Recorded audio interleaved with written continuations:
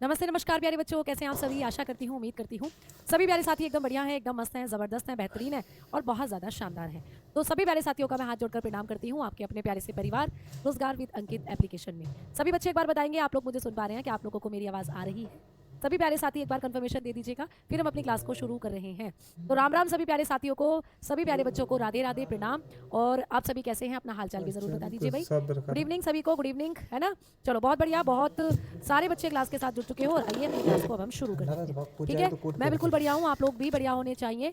और जब सब बढ़िया रहेगा तो तभी बढ़िया से भी हमारी पढ़ाई होगी। ठीक है, तो आइए क्लास को अब हम शुरू करते हैं। तो टॉपिक आप लोगों का क्या चल रहा है, आप लोग पढ़ रहे हैं डाइजेस्टिव सिस्टम को, जिसमें मैंने कल की क्लास में आपको पढ़ाया था आपकी ईसोफेगस को, यानी आप लोगों की भोजन नली को। तो यहीं से कुछ और फैक्ट हम लोगों को पढ़ने हैं भोजन नली से।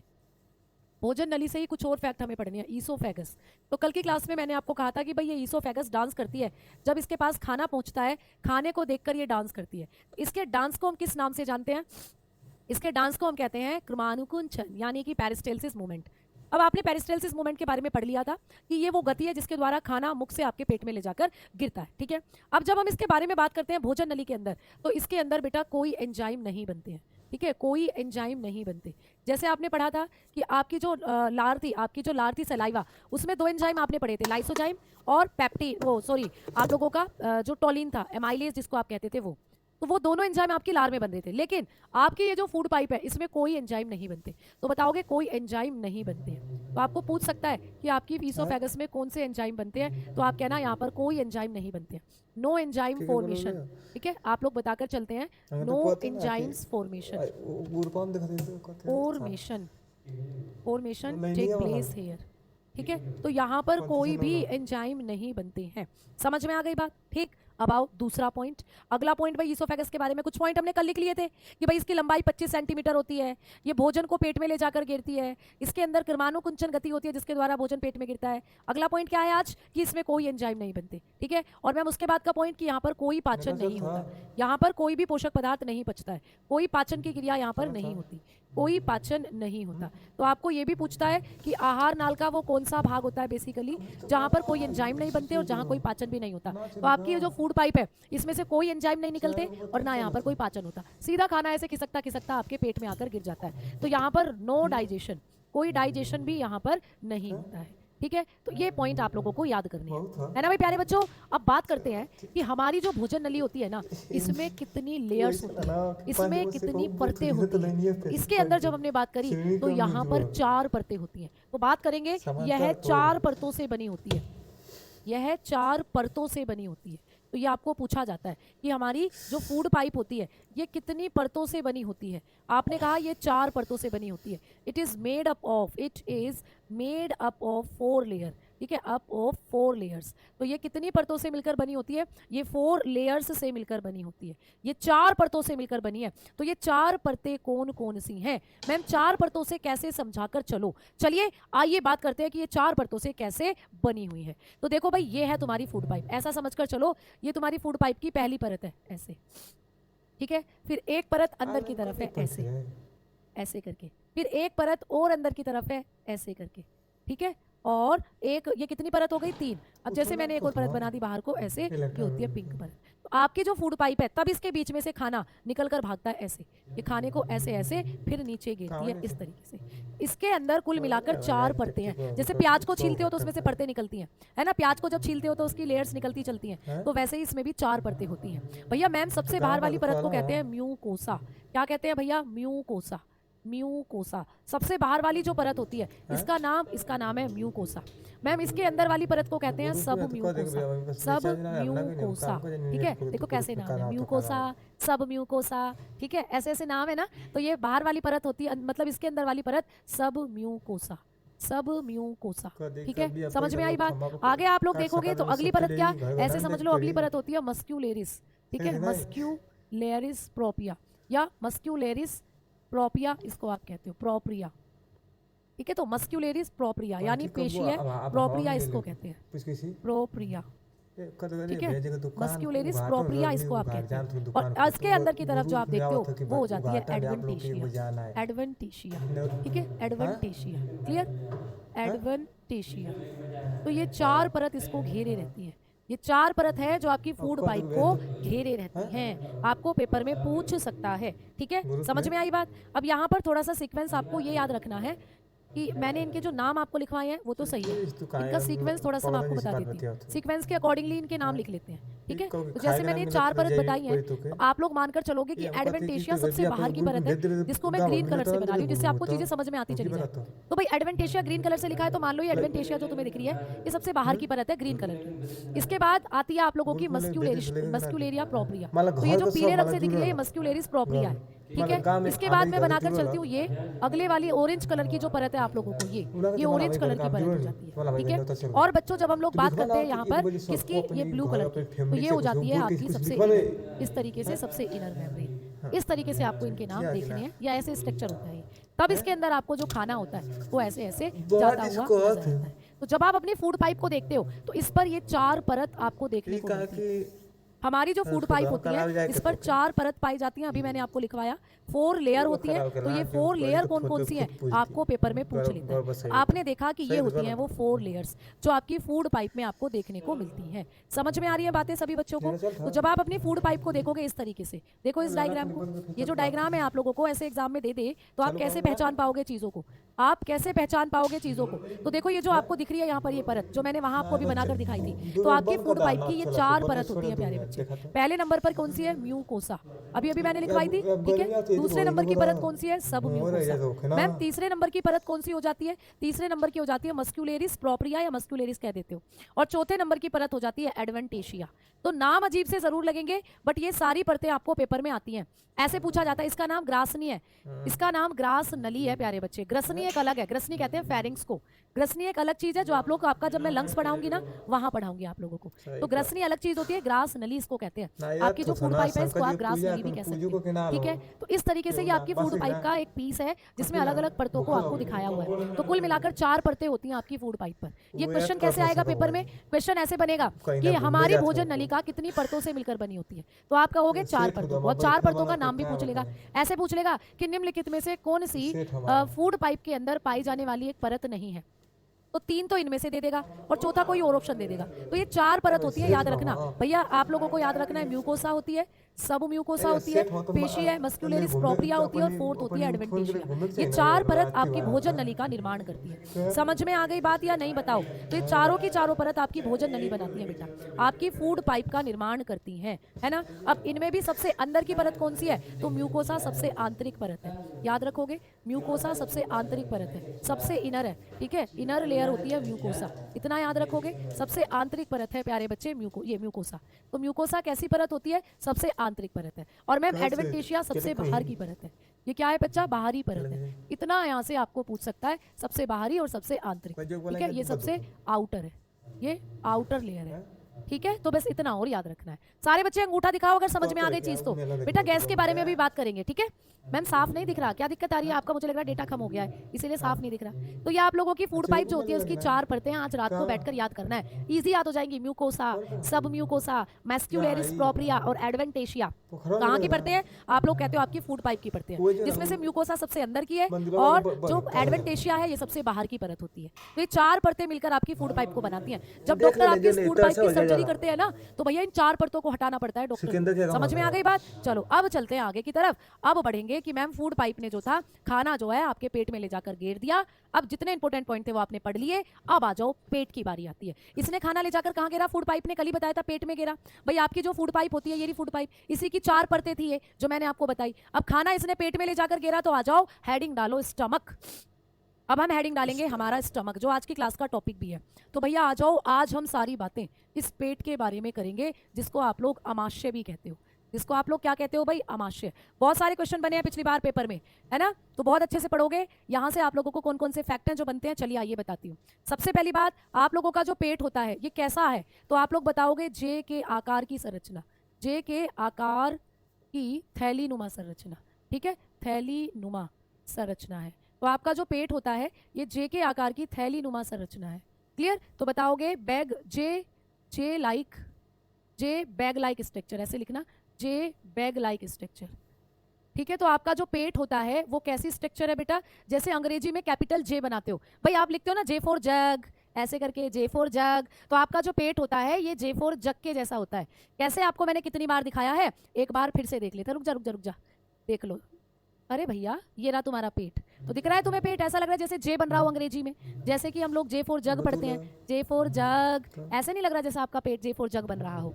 तो आपको पूछता है कि आपकी बॉडी का वो कौन सा अंग है जो पाचन में काम करता है और जिसकी संरचना अंग्रेजी के जे लेटर के समान होती है। तो जे लेटर के समान होता है आप लोगों का पेट। हाँ जी, ये क्विज में था और ये पीवाईक्यू क्वेश्चन भी है।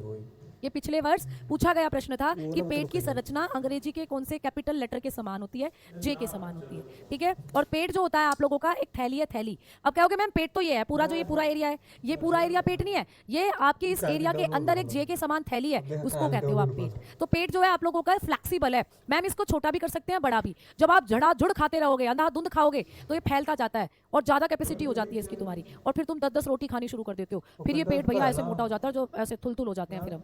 और जब आप डाइटिंग पर जाते हो तो आपको जो आपके जो डाइटिशियन है वो कहते हैं कि कम खाओ, तो फिर तुम क्या करते हो, पहले 10 रोटी खाते थे, अब तुमने 5 रोटी खानी शुरू कर दी है, धीरे धीरे आप 2 रोटी पर आ गए हो। तो धीरे धीरे जैसे जैसे आप कम खाओगे वैसे वैसे सिकुड़ता चला जाएगा ऐसे, और ऐसे छोटा हो जाएगा इसका साइज। और जब ये छोटा हुआ तो कम रोटी में ही फिर ये भरना शुरू हो जाएगा, तो फिर आपकी भूख जो है वो कम रोटी में ही शांत हो जाएगी। लेकिन जो ज्यादा खाते हैं वो प्यारे बच्चे, उनका पेट का एरिया ज्यादा बड़ा है, तभी तो वो इतनी सारी चीजें संभाल लेते हैं। आप विश्वास नहीं करोगे कि हमारे मतलब एक ऐसे आदमी मैंने देखे कि उनके घर में जब भी खाना बनता था तो खीर खाते हो ना, खीर बाल्टी भरकर वो आदमी खा जाता था खीर, इतनी खीर खाते थे वो। तो भैया हम एक कटोरी खा सकते हैं, मैक्सिमम 2 कटोरी खा सकते हैं, बट वो एक बाल्टी खीर खा सकता था, उसकी कैपेसिटी इतनी थी भाई। और रसगुल्ले जब कभी शादी में जाए तो वो 20-20 25-25 रसगुल्ले खा सकता है, हमें हम पे एक नहीं खाया जाता। तो सोचो ये अपने पेट की कैपेसिटी है। तो ये जो पेट होता है ये क्या होता है प्यारे बच्चे, एक थैली नुमा स्ट्रक्चर है, तो जिसका जो फ्लेक्सिबल है, जिसमें आप ज्यादा खाना भी रख सकते हो, थोड़ा खाना भी। जिनकी भूख थोड़े में शांत हो जाती है उनका पेट थोड़ा है, छोटा है पाउच। जिनका जो ज्यादा खा सकते हैं वो ज्यादा। अब बात करते हैं कि मैम इसका साइज कितना होता है। आपका जो पेट होता है इसके आकार की जब हम लोग बात करते हैं, तो पेट का जो आकार होता है इसका साइज बेसिकली आप लोग मानते हो कि 20 to 30 सेंटीमीटर का ये पूरा पाउच होता है। ठीक है, तो मैंने कहा जैसे कि एक थैलीनुमा संरचना है, तो इसका जो साइज है वो 20 से 30 सेंटीमीटर का हो सकता है। आगे हम बात करेंगे कि मैम हमारा जो स्टमक होता है, हमारा जो पेट होता है, ठीक है, इस पेट के बारे में आप और चीजें हमें बताएंगी। तो स्टमक जो होता है हमारा, इसके अंदर कौन कौन सी चीजें पाई जाती हैं, ये पाचन कैसे करता है, पाचन में इसका क्या महत्वपूर्ण रोल है। लेकिन उससे पहले मैं बता देती हूँ, एक क्वेश्चन आता है कि जुगाली करने वाले जो जानवर होते हैं, जुगाली तो जानते हो, रूमिनेंट, जो ऐसे मुंह को चला, मतलब तुमने देखा है गाय भैंस अपना तसल्ली में बैठ जाती है और अपना उन्हें कुछ काम तो करना नहीं है, ना उन्हें सरकारी नौकरी की तैयारी करनी, ना उन्हें झाड़ू लगानी, ना उन्हें पोछा लगाना, ना उन्हें खाना बनाना। उनके लिए हम चारा डाल देते हैं और वो अपना चारे को खाकर मस्त बैठी रहती हैं और ऐसे चलाती रहती हैं, अपने मुंहों को बस चलाती रहती है, च्युइंगम से चबाती रहती हैं गाय भैंस। तो गाय भैंसों की जिंदगी कितनी बढ़िया भैया, है ना। चारा डाल दिया उनको और अपना खा लिया, ठूस ठूस कर खा लिया, और जब उनको बैठ गई अपना आराम से, जब उनको भूख लगी तो वापस उसी चारे को मुंह में लाई और अपना आपस में उनकी बातें चलती हैं आंखों से। साइड वाली गाय से, साइड वाली भैंस, जो साइड में भैंस बैठी हुई है उससे बात चलती रहती है और अपना खाना चबाती रहती है। मतलब जुगाली करने वाले जानवर वो जो जुगाली करते हैं, है ना। तो ऐसे जानवरों का जो पेट है वो 4 सेक्शन में बटा रहता है। ये भी क्वेश्चन आपको बना हुआ है पेपर में, आप लोग लिख लेंगे जुगाली करने वाले जंतुओं का आमाशय। जुगाली करने वाले जंतुओं का आमाशय 4 खंडों में बटा होता है, 4 खंडों में बटा होता है। ठीक है, ये क्वेश्चन भी पूछा जाता है। ठीक है, बटा होता है, ये आपको पूछा जाता है कि जुगाली करने, ये पिछले बार ये भी पूछा गया प्रश्न है, जुगाली करने वाले जो जानवर होते हैं उनका जो आमाशय है वो कितने खंडों में बटा होता है, 4। तो बताएंगे ruminant have 4 part in their stomach, या चैम्बर लिखना, 4 चैम्बर। ठीक है, 4 चैम्बर्स इन देयर स्टमक। उनका जो स्टमक होता है उसमें 4 चैम्बर होते हैं। रूमिनेंट कौन होते हैं पहले तो मुझे ये बता दो। रूमिनेंट मतलब जुगाली करने वाले, गायें, भैंस, बकरी, घोड़ा, ये सब क्या करते हैं, जुगाली। मैंने लिख दिया गायें, बेटा भैंस, है ना, और भैया बकरी, ठीक है, और घोड़ा। आवाज निकालो इनकी। तो भाई जब आप जानते हो इन सब के बारे में तो ये सब हो जाते हैं बेसिकली कुछ एग्जाम्पल जो कि करते हैं जुगाली। ठीक है, तो ये क्या करते हैं प्यारे बच्चे, ये खाने को मुंह में लाकर चबाते रहते हैं। इनके खाने के अंदर आप लोगों ने देखा होगा कि इनके जो पेट है वो 4 चैम्बर में बटे होते हैं। ये प्रश्न आपको पेपर में पूछा गया है कि जुगाली करने वाले जो जानवर हैं इनका जो पेट है, इनका जो आमाशय है वो कितने कक्षों में बटा होता है, 4 कक्षों में बटा होता है। ठीक है, मैम उसको पगुरी बोलते हैं, पगुरी, बेटा समझ नहीं आया। जुगाली क्या है मैम, मैं बार बार जुगाली करके दिखा रही हूँ, तुम्हें समझ ही नहीं आ रहा। जुगाली करने वाले जानवर होते हैं जो बैठकर तसल्ली से अपने खाने को ऐसे चबाते रहते हैं। गाय भैंस को देखा होगा, देख लेना कभी बैठी बैठी चबाती रहती हैं, तो वो होते हैं रूमिनेंट। ठीक है, क्लियर। तो अब यहाँ पे देखो आप लोग कि जुगाली करने वाले जो जंतु हैं इनका पेट देखो, ये है भाई जुगाली करने वाला जंतु, ये मान लो गाय है, ये गाय है। अब इसका जो पेट है वो 4 सेक्शन में बटा हुआ है। देखो कैसे कैसे। एक सेक्शन ये है जिसको कहते हैं र्यूमेन। आपको पूछ सकता है कि जुगाली करने वाले जानवरों का पेट 4 कक्षों में है, तो पहला चैम्बर हो गया र्यूमेन। ये पिंक वाला र्यूमेन है बेटा, जितना भी ये पिंक वाला दिख रहा है, ये जितना भी आपको पिंक वाला एरिया दिख रहा है र्यूमेन है। र्यूमेन जो सबसे बड़ा चैम्बर होता है, सबसे बड़ा, ठीक है। फिर होता है ओमसम, ठीक है, ठीक है, ओमसम। और ये होता है अबोमसम,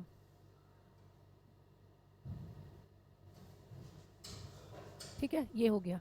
और ये होता है रेटिक्यूलम। तो ये 4 चैम्बर हो जाते हैं जुगाली करने वाले जानवरों के पेट में। तो र्यूमन हुआ, ओमसम हुआ, अबोसम हुआ और रेटिकुलम हुआ, ये हो जाते हैं 4 चैम्बर, ठीक है। इनमें सबसे बड़ा कौन सा होता है, सबसे छोटा कौन सा होता है, इनके बारे में एक क्वेश्चन आपको आ सकता है। तो चलिए अब हम बात करते हैं, ठीक है। आइए सबसे पहले मैं आपको एक छोटी सी चीज दिखाती हूँ। दिखाई दे रहा है सभी को? जुगाली करने वाले जानवरों के पेट में कितने चैम्बर होते हैं भाई? 4। अभी मैंने बताया ही है कि 4 चैम्बर होते हैं। जो भी र्यूमिनेंट होते हैं इनका जो पेट है वो 4 चैम्बर में बटा होता है, ठीक है। अब कौन कौन से होंगे, देखो मैंने अभी अभी लिखा था र्यूमेन होता है, आप लोगों ने पढ़ लिया है ना। रेटिक्यूलम होता है प्यारे बच्चे, रेटिक्यूलम या रेटिकुलम बोल देते हैं। ओमसम होता है, अभी मैंने आपको बताया था, ठीक है। और आप लोग बताकर चलते हो एबोमसम होता है, एबोमसम। तो आप लोग बताकर चलोगे कि ये 4 चैम्बर होते हैं भैया, ठीक है। अब इन चारों के बारे में आपको थोड़ी थोड़ी चीज याद रखनी है। मैम कैसे कैसे, तो बड़े ध्यान से देखना आप लोग सभी बच्चे। देखो पहला है र्यूमेन, दिखाई दे रहा है बेटा? पहला र्यूमेन है, मैं लिख रही हूँ आपको दिखाई नहीं दे रहा तो। र्यूमेन पहला पार्ट होता है, अभी अभी मैंने लिखवाया था कि र्यूमेन जो होता है ये पहला पार्ट होता है। अब इस र्यूमेन में ये पेट का सबसे बड़ा हिस्सा होता है।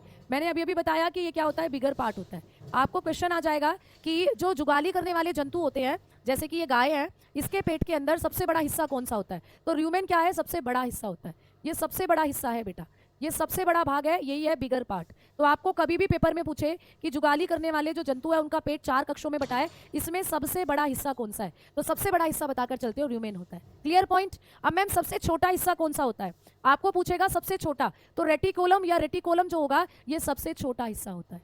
ये क्या होता है, सबसे छोटा हिस्सा, ये सबसे छोटा हिस्सा होता है, ठीक है। तो आप लोग बताते हो सबसे छोटा हिस्सा होता है, तो सबसे बड़ा हिस्सा कौन सा और सबसे छोटा हिस्सा कौन सा, तो बताते हो ये स्मॉलेस्ट पार्ट होता है। तो जुगाली करने वाले जंतुओं का सबसे बड़ा हिस्सा पेट का और सबसे छोटा हिस्सा पेट का ये पूछा जाएगा। तो र्यूमेन आपने बताया सबसे बड़ा हिस्सा है, और भैया ये जो रेटिक्यूलम होता है ये सबसे छोटा हिस्सा होता है, ये ठीक है, ये सबसे छोटा हिस्सा माना जाता है। अब ये जो रेटिक्यूलम होता है ना, इसी से ये अपने खाने को, अधपचा खाना इसमें रहता है, इसी से खाने को वापस मुंह में लाते हैं और उसको चबाते हैं। तो भैया इसी हिस्से से, रेटिक्यूलम से ये क्या करते हैं, भोजन मुख में लाकर चबाते हैं। तो ऐसे भी पूछ सकता है कि कौन सा हिस्सा है जहाँ से भोजन को मुख में लाकर चबाते हैं, भोजन को मुख में रखकर चबाते हैं, ठीक है, मुख में लाकर चबाते हैं, ठीक है, मुख में लाकर चबाते हैं प्यारे बच्चे, ये क्लियर। तो बताएंगे च्विंग फूड, क्या करते हैं, chewing food come back in mouth. तो माउथ में वापस लाकर उसको चबाते हैं बेटा। जैसे कि देखो तुमने देखा है कि वो खाना खा जाएंगी, सारा खाना खा जाती हैं गाय भैंस, ऐसे मतलब जितना भी तुमने करा है, जाकर वो उसको यहाँ स्टोर कर लेंगी अपने रेटिकुलम में। अब इस रेटिकुलम के अंदर जब सारा खाना भर गया, मतलब थोड़ा आधा पचा हुआ खाना भर गया, तो अब इसको जब उनको भूख लगती है तो वो वापस से उसको ऐसे वापस से अपने मुंह में लाती हैं और चबाने लग जाती हैं। यानी यही है वो अधपचा खाना जिसे वो वापस मुंह में लाकर अपना चबाना शुरू कर देती हैं, चबाना शुरू करती हैं। हाँ बेटा आप ले सकते हो, बिल्कुल ले सकते हो, ठीक है। स्क्रीनशॉट यहाँ नहीं होता है, आपको एप्लीकेशन में स्क्रीनशॉट नहीं होता, ठीक है। हाँ जी। तो बच्चे कह रहे हैं कि मैम समझ नहीं आया, समझ में क्या नहीं आया? गाय और भैंस ये होते हैं जुगाली करने वाले, इनका पेट 4 कक्षों में बटा होता है, र्यूमन होता है, ओसम होता है, एबोसम होता है और रेटिकुलम होता है। अब सबसे बड़ा, इन चारों में सबसे बड़ा हिस्सा कौन सा है, सबसे छोटा हिस्सा कौन सा है, तो भैया सबसे बड़ा हिस्सा होता है र्यूमन, ठीक है, और सबसे छोटा हिस्सा होता है रेटिकुलम। रेटिकुलम जो है ये ऐसा हिस्सा है जहां अधपचा खाना रहता है, इसको वापस वो मुंह में लाती हैं और चबाना शुरू कर देती हैं। तो जब जुगाली करने वाले जानवर वापस मुंह में खाना लाकर उसको चबाते हैं तो पेट के कौन से हिस्से से आता है, ऐसे पूछेगा, तो ये पेट के रेटिकुलम हिस्से से आता है, ठीक है। समझ में आ गई बात है ना? तो भाई हमने वही वाली बात करी कि ये र्यूमेन जो होता है सबसे आंतरिक हिस्सा है, वो मैंने आपको बता ही दिया, ठीक है। अच्छा जो रेटिकुलम होता है प्यारे बच्चे, इसके बारे में एक पॉइंट आप लोग याद रखोगे। रेटिकुलम जो होता है इसका एक और नाम है, ये जो रेटिक्यूलम होता है बेटा, रेटिक्यूलम वाला हिस्सा, इसको आप लोग करंडन के नाम से भी जानते हो, इसको करंडन भी कहते हैं बेटा, ये पॉइंट भी याद रखना है। इसको क्या कहते हैं, करंडन, ठीक है। तो इसको हम लोग करंडन के नाम से भी जानते हैं, ये भी याद रखोगे, तो पेट का कौन सा हिस्सा करंडन कहलाता है? जुगाली करने वाले जंतुओं में आप कहोगे जो अंतिम हिस्सा है रेटिकुलम, इसको करंडन भी कहते हैं। ठीक है, करंडन कहते हैं। क्लियर, समझ में आ गई? अच्छा, जुगाली करने वाले जो जानवर हैं इनके शरीर में जो ओमासम यानी कि जो इनका तीसरा पेट होता है, इसे तृतीय अमाशय भी कहा जाता है। इसको कहते हैं थर्ड स्टमक। तो आपको पेपर में पूछ लेगा कि भैया थर्ड स्टमक किसको कहा जाता है? जुगाली करने वाले जंतुओं के पेट में तीसरा अमाशय किसको कहते हैं? तो बताओगे ओमासम को कहते हैं थर्ड स्टमक। ठीक है, इसको आप लोग तृतीय अमाशय भी कहते हैं बेटा। और एबोमासम के बारे में क्या पढ़ना है कि ये जो एबोमासम होता है इसके बारे में क्या पढ़ना है? ये जो पेट का हिस्सा है इसे असली पेट कहा जाता है। यही है इनका असली पेट, इसी को कहते हैं रियल स्टमक, इसी को कहा जाता है रियल स्टमक। तो ये छोटी छोटी से आपको पॉइंट है जो पूछे जाएंगे पेपर में। ठीक है, क्लियर? अब आ जाओ आगे बात करते हैं। अब आगे बढ़ते हैं। तो आगे आप लोगों को मैं पेट के कुछ हिस्से जो दिखाने वाली हूँ वो इस तरीके से होने वाले हैं। ये देखो, ठीक है। तो ये जो पेट के हिस्से हैं इनको अब हम देख सकते हैं। आप लोगों का ये जो आप लोगों का पेट होता है, ठीक है, इस पेट के अंदर भी कुछ परत आप लोगों की पाई जाती है। आपका जो पेट है उस पर भी क्या होता है बेटा? कुछ परत होती है। क्लियर बेटा, लिखकर ही हम लोग बिल्कुल पढ़ाएंगे आपको। ये डायग्राम वगैरह तो दिखाने हैं और वो कुछ ऐसे पॉइंट थे जो आप लोगों को मुझे इंपॉर्टेंट लगे और मैंने आपके कंटेंट में ऐड करे, क्योंकि अभी तक यहाँ से पेपर में कोई क्वेश्चन आया तो नहीं है, लेकिन जब हम वेबसाइट पर जाते हैं, बहुत सारी वेबसाइट को सर्च करते हैं, तो यहाँ मुझे ये ऐसे इंपॉर्टेंट फैक्ट लगे जो मैंने जरूरी समझा कि मैं बच्चों को बताऊं। क्योंकि पिछली बार आप पीवाईक्यू क्वेश्चन देखोगे ना, वहां पर प्रश्न था कि जुगाली करने वाले जानवरों का आमाशय कितने कक्षों में बटा होता है। अब इन कक्षों के नाम भी आ सकते हैं और इन कक्षों से रिलेटेड कुछ इंपॉर्टेंट फैक्ट भी आ सकते हैं इस बार पेपर में। तो मैं चाहती हूँ कोई भी फैक्ट आप छोड़े ना, तो इसीलिए मैंने आप लोगों को ये सारे फैक्ट जो वेबसाइट से कलेक्ट करे थे वो मैंने आप सब आपको बताए हैं। ठीक है, तो ये चीजें मैं आपको बताती इसलिए चल रही हूँ क्योंकि आपके एग्जाम में आ सकते हैं बेटा। क्लियर? हाँ, आ जाओ आगे बात करते हैं। अब हमने बात करनी है अमाशय की परतों की। तो ये पॉइंट तो आपने पढ़ लिया। अब आ जाओ अगला पॉइंट पढ़ेंगे, अमाशय की परतें। अमाशय की परतें, आपका जो अमाशय है इसमें भी बहुत सारी परतें होती हैं। अमाशय की परतें है ना, लेयर्स ऑफ स्टमक। भाई आपका जो स्टमक है वो भी बहुत सारी लेयर्स का बना होता है।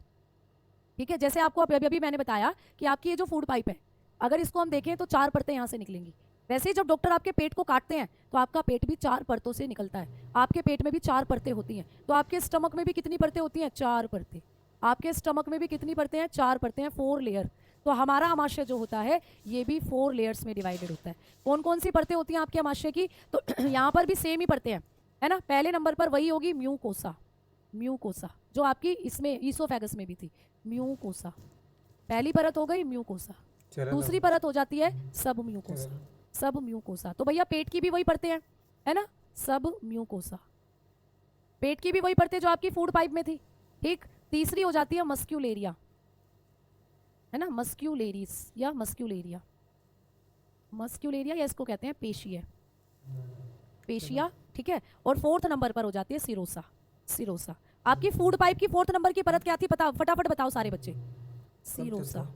4th नंबर की आपकी फूड पाइप जो थी उसकी 4th नंबर की परत कौन सी थी? बताओ सारे बच्चे, मुझे कमेंट सेक्शन में बताओ। ठीक है कि ठीक है, हाँ हाँ, बहुत बढ़िया। तो अब मुझे बताएंगे सारे बच्चे कि आप लोगों को अभी अभी मैंने फूड पाइप की 4 परतें बताई थी। उन 4 परतों में पहली म्यूकोसा, दूसरी सब म्यूकोसा, तीसरी मस्क्यूलेरिया या पेशिया जिसको कहते हो थी। लेकिन डिफरेंस है चौथी परत में। आपकी फूड पाइप की चौथी परत थी एडवेंटेशिया, बिल्कुल सही बात। लेकिन यहां पर जो चौथी परत है आपके पेट की वो है सिरोसा। यहां से प्रश्न बना है, यहां से प्रश्न बना है। क्या बना है? प्रश्न ये बना था कि निम्नलिखित में से हमारे अमाशय में 4 परतें होती हैं, इनमें से कौन सी परत फूड पाइप में नहीं होती? इनमें से कौन सी परत हमारी फूड पाइप में नहीं होती, ये पूछा था। तो भाई आप जानते हो फूड पाइप में ये भी थी, फूड पाइप में ये भी थी, फूड पाइप में ये भी थी, लेकिन फूड पाइप में सिरोसा परत नहीं थी। आपको मैंने 4th पाइप जो 4th लेयर लिखवाई थी वो मैंने आपको एडवेंटेशिया लिखवाई है 4th नंबर पर। जबकि आपका जो पेट होता है इसमें आप लोगों को एडवेंटेशिया नहीं होती, 4th नंबर की सिरोसा होती है। तो ये डिफरेंस है, इसीलिए मैंने आपको बताया क्योंकि पेपर में यहाँ से प्रश्न बना है। तो समझ में आ गया ना कॉन्सेप्ट? हाँ, यही तो वे क्वेश्चन होते हैं जिन्हें देखकर तुम चक्कर खा जाते हो। अब चक्कर नहीं खाना तुम लोगों को, ठीक है। तो बिल्कुल सिरोसा पेट की परत होती है और आपको याद रखना है ये आप लोगों की फूड पाइप में नहीं है। अब म्यूकोसा यहाँ पर वही है, इनर पर, इनर लेयर है, इनर है बेटा, आंतरिक परत है। जैसे आपकी फूड पाइप की आंतरिक परत थी, आपके पेट की भी आंतरिक परत है, ठीक है। और ये जो सिरोसा होती है ये आपके पेट की बाह्य परत है। ये कैसी परत है प्यारे बच्चे? बाह्य परत, ठीक है, बाह्य परत है, आउटर लेयर है। ये कैसी है? आउटर लेयर है। समझ में आ गई? तो आपके पेट की सबसे बाह्य परत और आपकी फूड पाइप की सबसे बाह्य परत आपको याद रखनी है। फूड पाइप की सबसे बाह्य परत एडवेंटेशिया है और पेट की सबसे बाह्य परत सिरोसा है। ठीक है, क्लियर? तो भैया आप चल दो, आगे बढ़ते हैं। अब बढ़ेंगे आगे। अब आपका जो पेट होता है इसमें ये जो परतें हैं वो आपको इस तरीके से दिखती है, जैसे ये दिख रही है आपको म्यूकोसा, ये लाल वाली सबसे अंदर वाली परत म्यूकोसा है। फिर यहाँ पर हो जाती है आप लोगों की कौन सी, मस्क्यूलेरिया। फिर हो जाती है प्यारे मतलब आप जब सीक्वेंस से देखोगे तो म्यूकोसा, सब म्यूकोसा, मैंने अभी आपको चारों लिखवाई हैं और आप लोग बताओगे मस्क्यूलेरिया, ठीक है, इस तरीके से। तो ये चीज़ें आप लोगों को क्या करनी है, याद करनी है। अब सुनो एक बात अच्छे से, यहाँ पर वो परत नहीं है लेकिन अभी जो मैंने आपको दिखाया उस डायग्राम से आप लोग अच्छे से चीज़ों को पढ़ लेंगे। अब चलते हैं आगे की तरफ और बात करते हैं कि मैम हमारा जो अमाशय होता है इसकी परतें भी हमने पढ़ ली, अब अमाशय का काम बताओ कि पाचन की प्रक्रिया में हमारा पेट क्या काम करता है। तो अब बात करते हैं फंक्शन ऑफ स्टमक। अब बात करते हैं फंक्शंस ऑफ स्टमक। आपका जो स्टमक है वो क्या काम करता है, अमाशय के कार्य, ठीक है। अमाशय क्या काम करता है भाई, आपको पता है आपका अमाशय पाचन की क्रिया करता है। तो कौन कौन सी चीज़ें आपके अमाशय में पाई जाती हैं, चलिए आइए बात करते हैं। जब आप अपने अमाशय की बात करते हैं तो आपके अमाशय में 3 चीज़ें हैं जो आपको पढ़नी है। एक तो आपके पेट में बनता है गैस्ट्रिक जूस, एक तो आपके पेट में बनता है प्यारे साथियों गैस्ट्रिक जूस जिसको कहते हो जठर रस। जठर रस आपके पेट में बनता है भैया, जठर रस। क्या बनता है बेटा, जठर रस। दूसरा आपके पेट में क्या बनता है, HCl बनता है। HCl जिसको कहते हो हाइड्रोक्लोरिक एसिड। Hydrochloric acid. प्रश्न बना है कि भैया हाइड्रोक्लोरिक एसिड कहाँ होता है, तो आप कहते हो आपके पेट में होता है।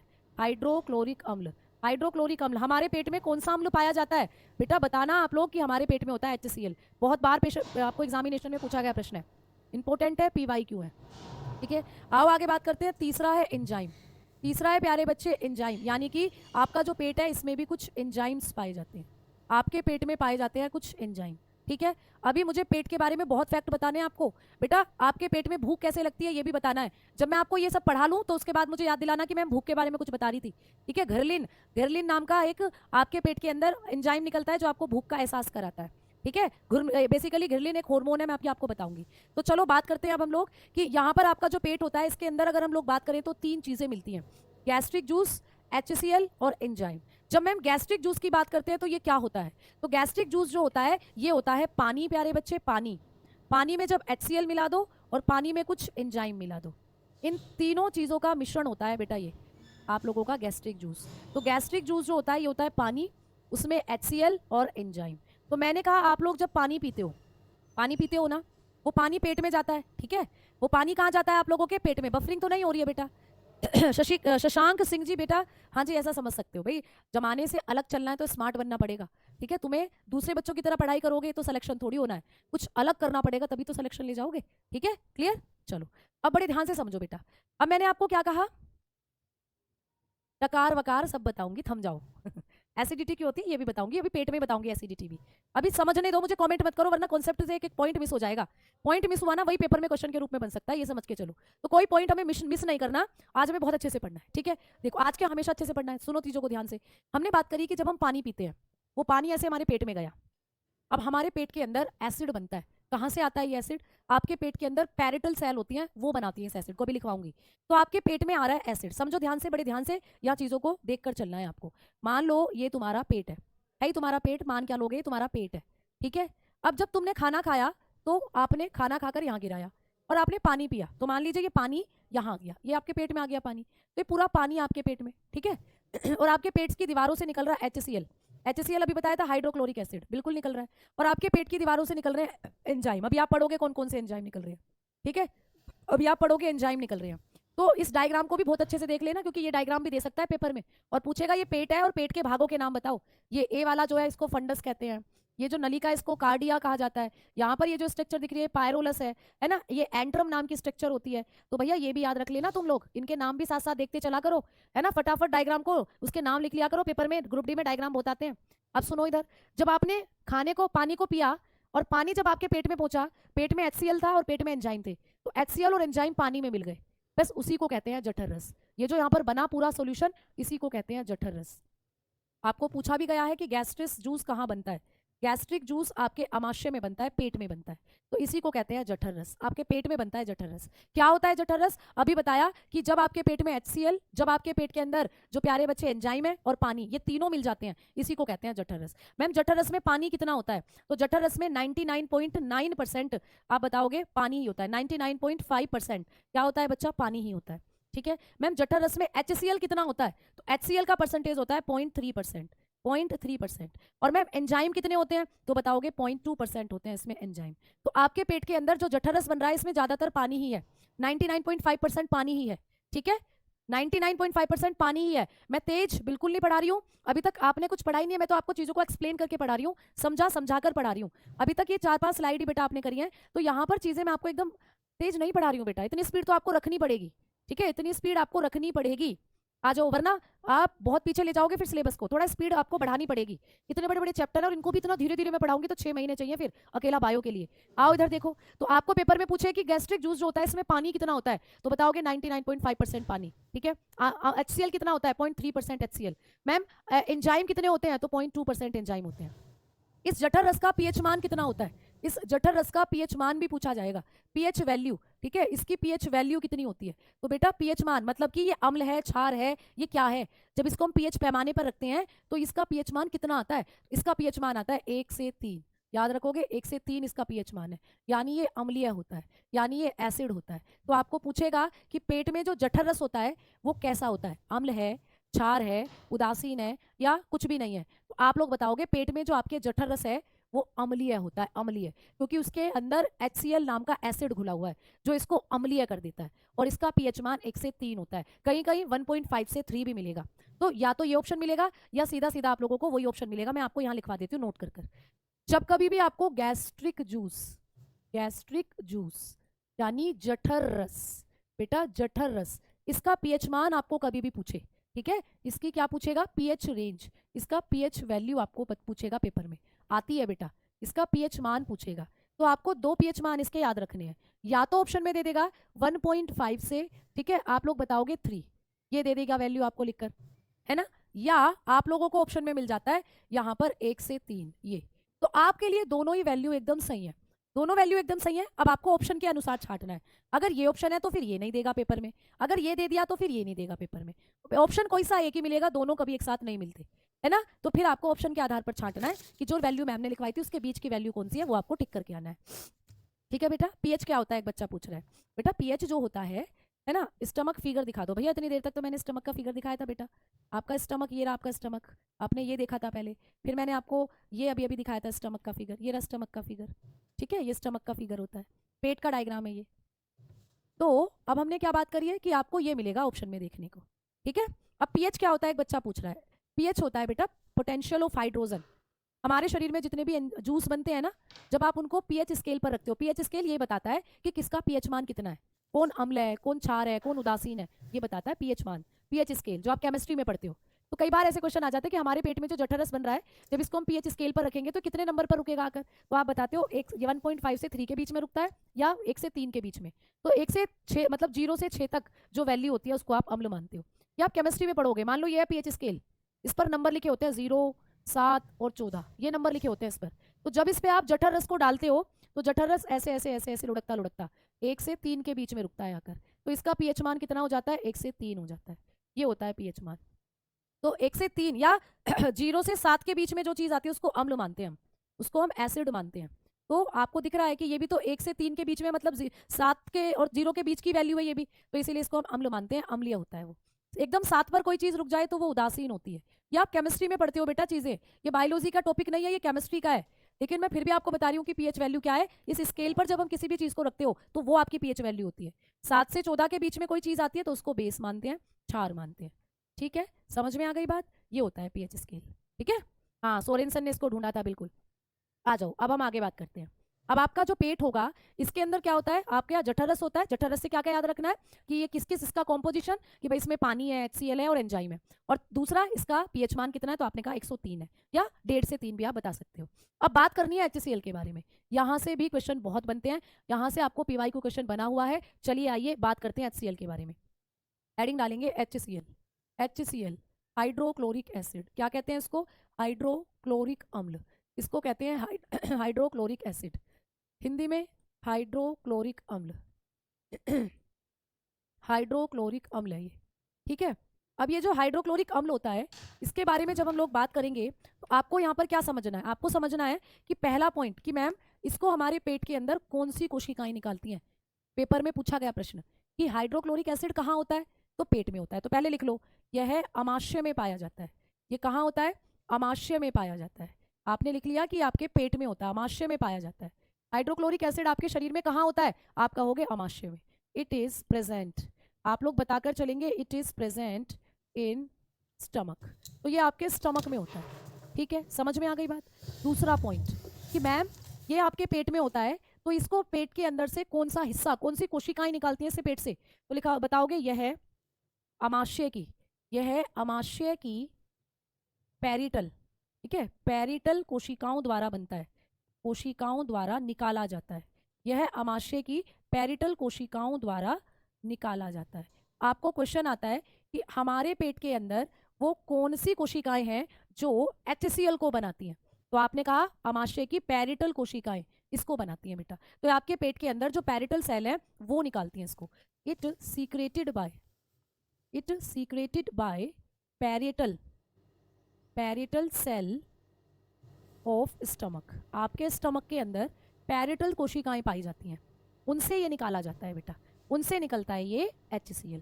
बहुत अच्छा क्वेश्चन है, बहुत इंपॉर्टेंट क्वेश्चन है ना, कि हमारे पेट की कौन सी कोशिकाएं HCl को निकालती हैं? तो आप कहते हो पैरिटल कोशिकाएं, पैरिटल कोशिकाएं। ठीक है, समझ में आ गई।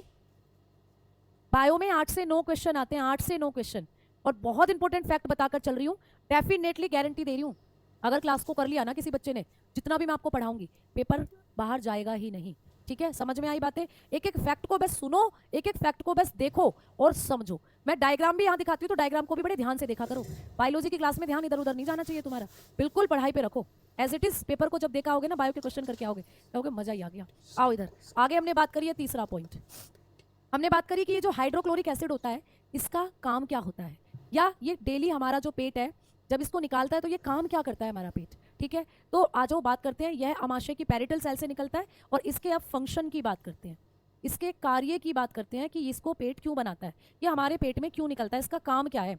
तो बच्चा इसका काम होता है, पहला काम तो ये कि ये जीवाणु को मारता है। ठीक है, जीवाणु को मारना इसका काम होता है, जीवाणु को मारता है।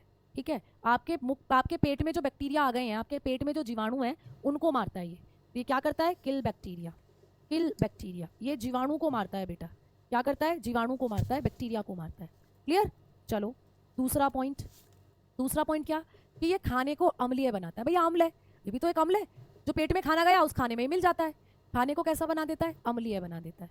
तो बताओगे भोजन को अम्लीय बनाता है, भोजन को अम्लीय बनाता है। इसका दूसरा काम क्या होता है?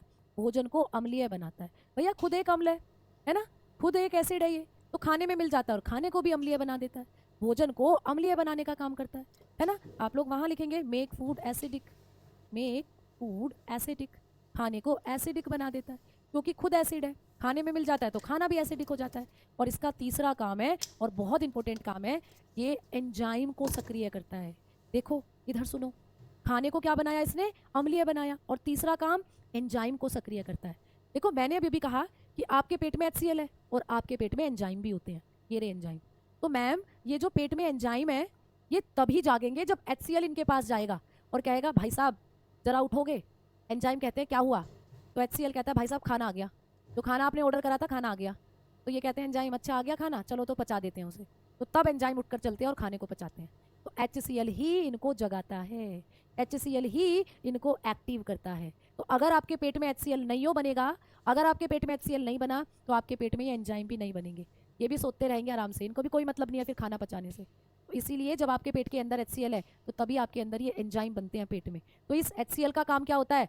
एंजाइम्स को जगाना। ठीक है, ठीक है, चलो इनका काम होता है एंजाइम को सक्रिय करना। तो तीसरा काम होता है एंजाइम को सक्रिय करना, एंजाइम को प्यारे बच्चे सक्रिय करना। ठीक है, तो इनका तीसरा काम होता है एक्टिवेट एंजाइम, एक्टिवेट एंजाइम। ठीक है, क्लियर? समझ में आई बात? तो यहाँ पर HCl ने कितने काम करे? HCl जो कि आपके अमाशय में पाया जाता है, ठीक है, जो कि अमाशय की पैरेटल कोशिकाएं बनाती हैं, और ये HCl क्या करता है? भोजन को अम्लीय बनाता है, बैक्टीरिया को मारता है और एंजाइम को सक्रिय करता है। क्या मैम सारे एंजाइम को सक्रिय करेगा? नहीं नहीं, जो पेट में बन रहे हैं उनको सक्रिय करेगा। ये पेट में है तो पेट तक का ही काम करता है, आगे काम करने से मना करता है, कहता है पेट के अंदर हूँ तो पेट के एंजाइमों को ही जगाऊंगा, तो पेट के एंजाइमों को जगाने का काम करता है। ठीक है, क्लियर? चलो आओ आगे बात करते हैं।